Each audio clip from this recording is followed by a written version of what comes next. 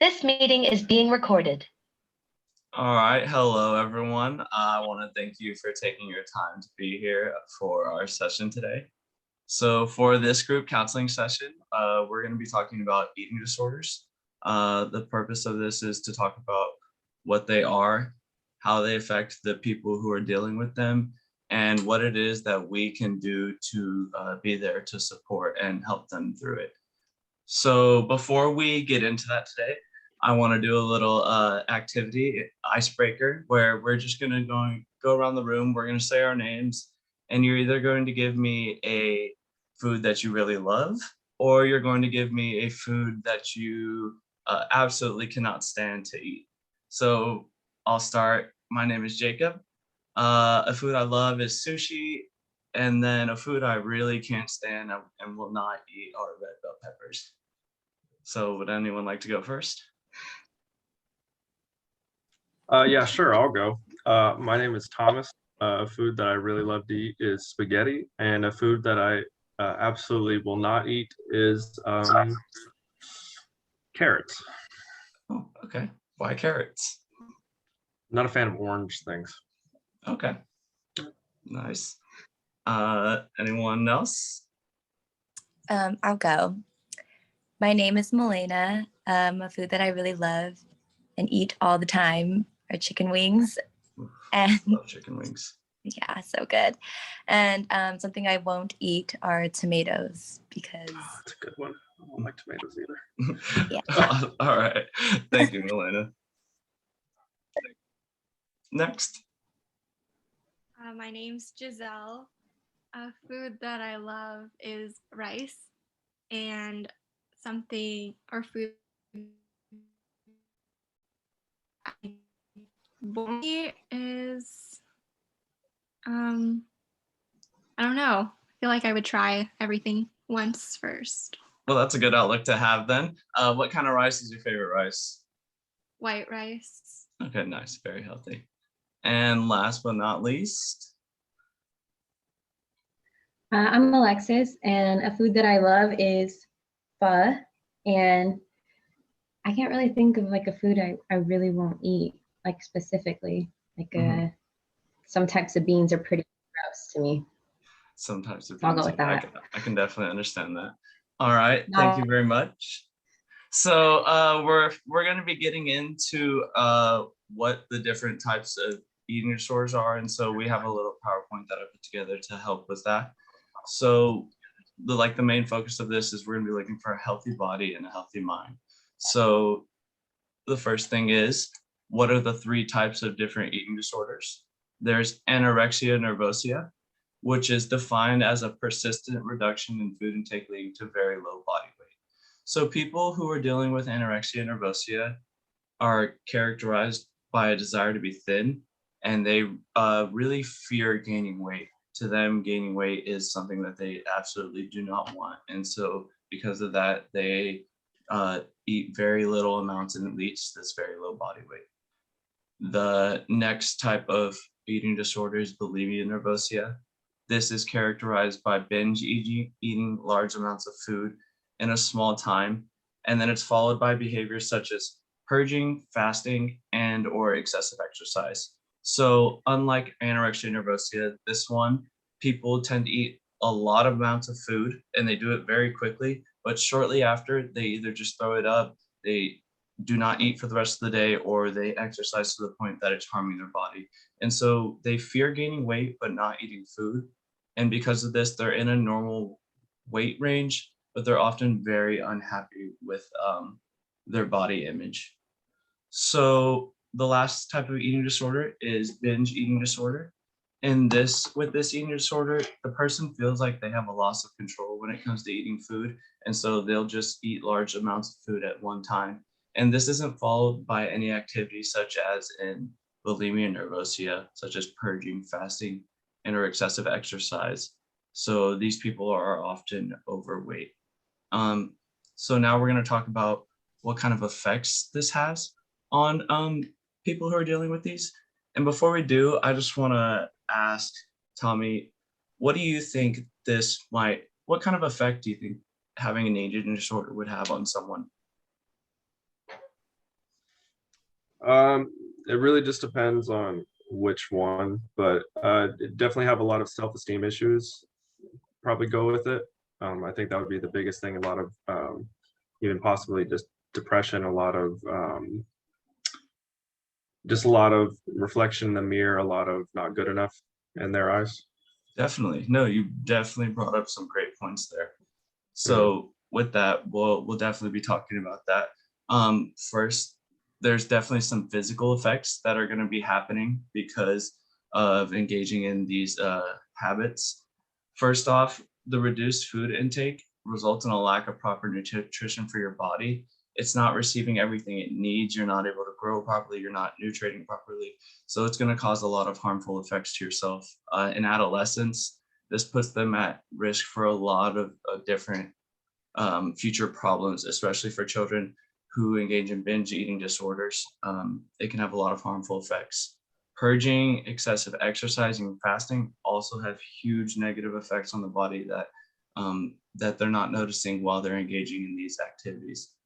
And so just as Tommy mentioned earlier, mentally, what eating disorders can do is have a huge impact on your mental health.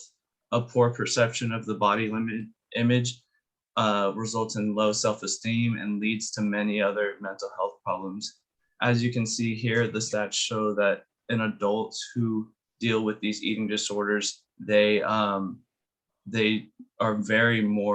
much more likely to have another mental illness such as depression and anxiety being the most common.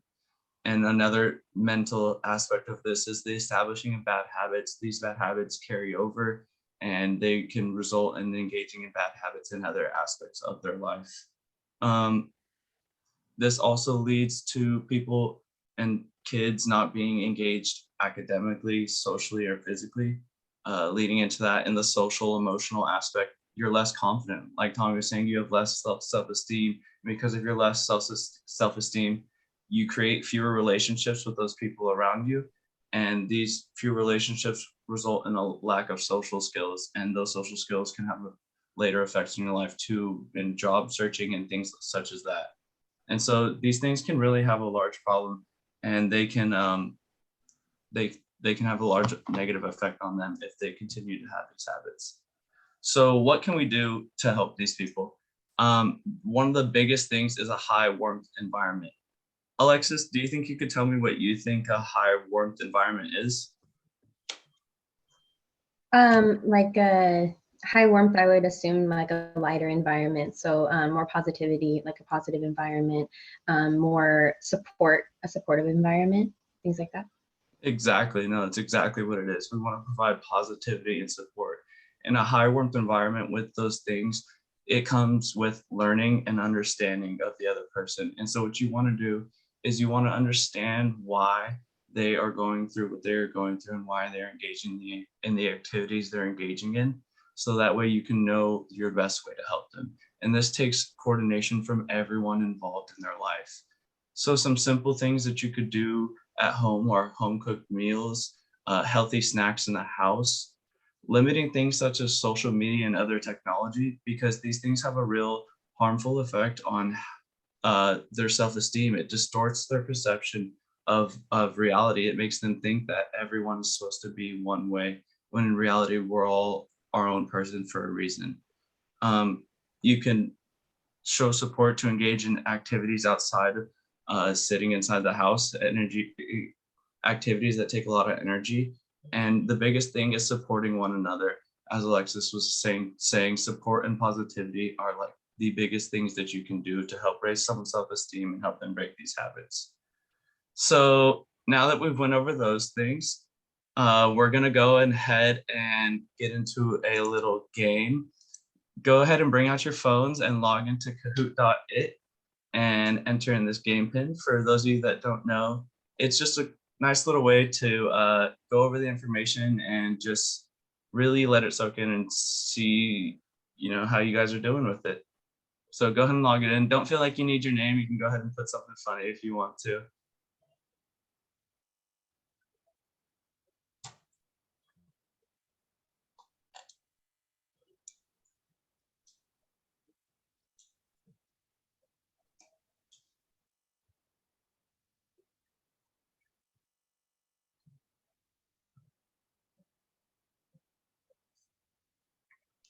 All right, awesome. Here we go.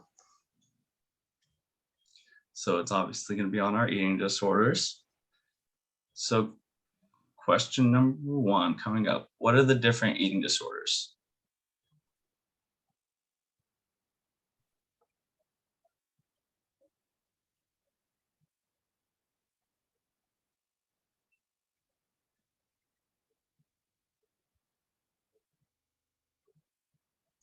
Awesome. Good job, you guys. So let's write the 3 different eating disorders are bulimia nervosa, binge eating disorder, and anorexia nervosa.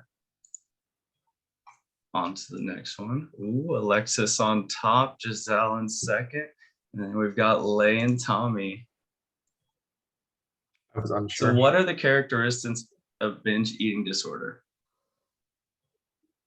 Excessive eating followed by purging. Lack of control when eating, but followed by exercise.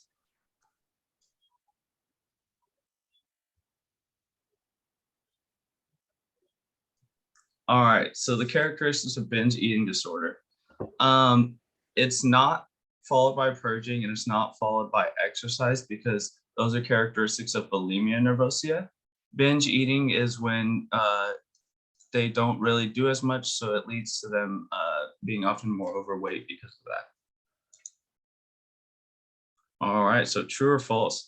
Bulimia nervosa is characterized by a low intake of food followed by purging, fasting, or excessive exercise.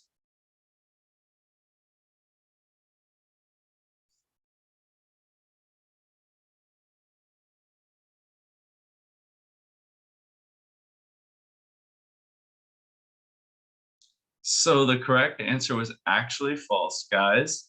It's a little bit of a trick question. Bulimia nervosa is characterized by a high intake of food.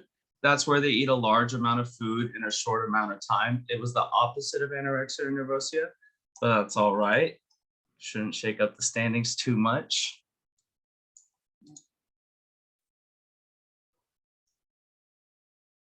So what areas of one's life can an eating disorder affect? Great job, you guys. Yes, it can definitely affect their academics, can affect career, it affects your personal and social relationships, dealing with all the self-esteem issues and other things that come along with it. It has a large effect on every part of everyone's life. What eating disorder is characterized by a fear of gaining weight?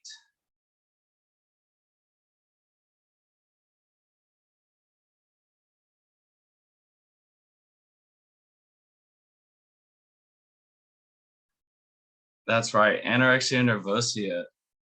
So the fear of gaining weight, that is why they don't eat food. Bulimia nervosa people are just more unhappy with their health image, but they still tend to eat and they just find ways to compensate for the large amount of food that they eat. Question number 6. Eating disorders can lead to what other problems?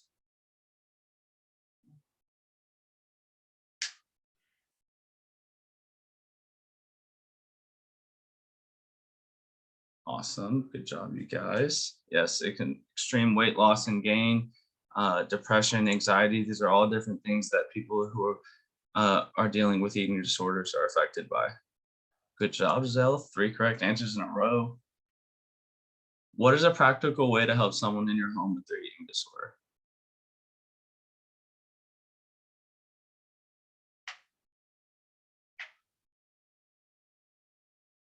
Awesome. I'm glad none of you guys make jokes about it. I know in today's society, it can be pretty easy to make light of other people's situations, but it's always tough for them. And so the best thing to do is be as supportive as you can and be as positive as you can to create a great environment for them. So in 3rd place, we had Lay. In 2nd, we had Giselle. And in 1st place, we had Alexis. Good job, you guys. Well, it seems like you definitely knew some of your stuff. So as we're wrapping things up today, I just want to go around the Zoom room and see what's just one important takeaway that each of you got from this? We can start with Giselle.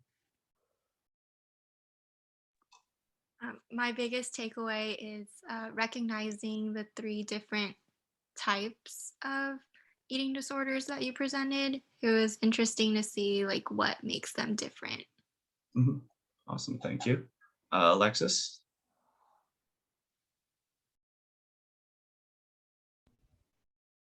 Like what Giselle was saying, like what makes them different is really cool to learn about because I've always heard the terms but never really understood what they meant. So understanding what they meant really helps. Like if I meet someone that has one, I know what exactly they're going through. It's not just they're going through an eating disorder because they can be like you can help with them differently. Awesome. Yeah, that's really important. Everyone's going through something different, and it's sometimes hard to see that when you don't know everything that they're going through. So that's a great takeaway. Thomas? I think the thing that I took most from this would be some of the solutions that we talked about. So when if someone in my life is, showing that they're having some sort of eating disorder, can take some of those steps to approach them and eventually help them in any way that I could. Awesome. Yeah, that's great. Thank you. Milena? Going off of what Tommy said, also just creating a more supportive environment for them and trying to understand what they're going through. That way you can help them to kind of better their diet, because I know that, like what you said, they lack nutrients, and then that could lead to like lack of energy and then depression, all these mental health issues. And so just understanding what they're going through and then creating a supporting and warm environment for them to get better. Awesome. Thank you. That was great. So I'm glad you guys came to this session today. I'm glad we were able to talk about the 3 different eating disorders that there were: anorexia nervosa, bulimia nervosa, binge eating. We looked at the different effects that they can have on you physically, mentally, socially, emotionally, and I'm glad that you guys all understood like just how important it is to be supportive and positive for these people who are dealing with these things, because that is the best thing we can do to help them break these habits that they're dealing with. So I just hope you guys all have a great day, and thank you for coming. Thank you.